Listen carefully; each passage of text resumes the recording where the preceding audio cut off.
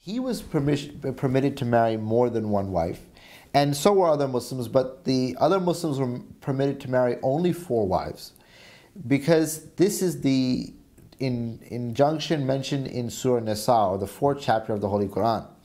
But the wives of the Prophet Muhammad, peace be upon him, they had become mothers of the faithful. So they were leaders of all the women, and leaders of all, and they were like mothers to all the men. So for this reason, if they were forced to divorce the Prophet Muhammad, peace be upon him, they could not remarry. It would be as if a man is marrying his mother, God forbid.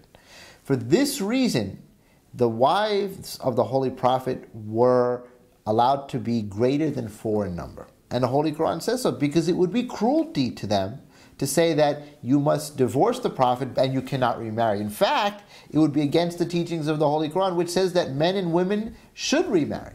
So for this reason, he was given an exception. Did these women have a choice to leave, or did they have to stay? No, absolutely. They had a choice. If they wished to divorce the Prophet and start their own lives, they could do so and enjoy the worldly benefits that would be provided.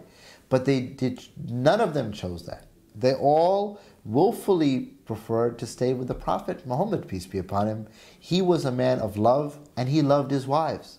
In fact, one of the elderly wives of the Prophet, in her later years, in fact, when she was nearing her demise, she asked the companions of the Prophet, "Could you take me to the place where I met the Prophet Muhammad, peace be upon him? Could you take me to that place the day of the battle when I first laid eyes on him?" And they took her there, and she remembered that place, and she remembered meeting him, and she wept there. And shortly after, she passed away, and she was buried there. And this shows the great love of the Prophet Muhammad, peace be upon him, for his wives. In fact, Hazrat Khadija, his first wife, when he would even hear her sister's voice long after she passed away, his eyes would well with tears.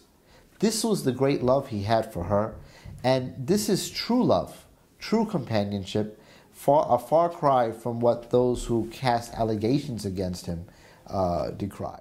I know this because I am a Muslim who believes in the Messiah.